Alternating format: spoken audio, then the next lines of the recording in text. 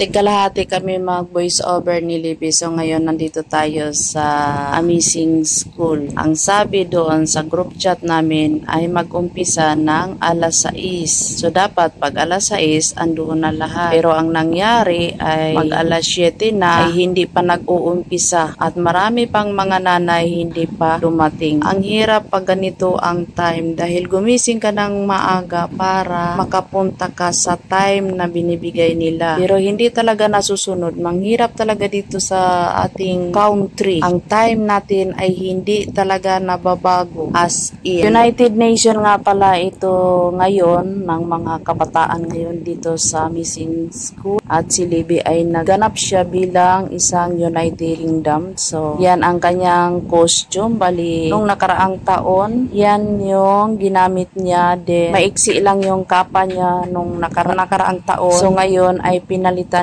ko ng mahabang kapa ang kanyang sa likod dahil tumangkad na siya guys, so kailangan ko siyang palitan at worth it naman guys dahil nanalo naman siya dito kung nakakuha siya ng 2 award. Pagkaganda ng costume niya, pinaghirapan ko yan, tinahi ko isa-isa, rush hours yan guys, ngayon ko lang siya tinahi, kinabukasan ay gagamitin na agad. So yun, diba? Kaya ang kinalabasan, nakalimutan ko maghugas ng kamay, ayun, namaga ang aking kamay, kaya ang ending kinagabihan pinahilot ko ang aking mga daliri dahil sumakit ang mga joint dahil nakalimutan ko siyang basain ng tubig. Nakalimutan kong nagtahi nga pala ako, kaya yun, namaga ang aking kamay, pero it's okay lang talaga dahil worth it naman. So sa sunod taon naman ay paghandaan ko naman yung sunod niyang costume.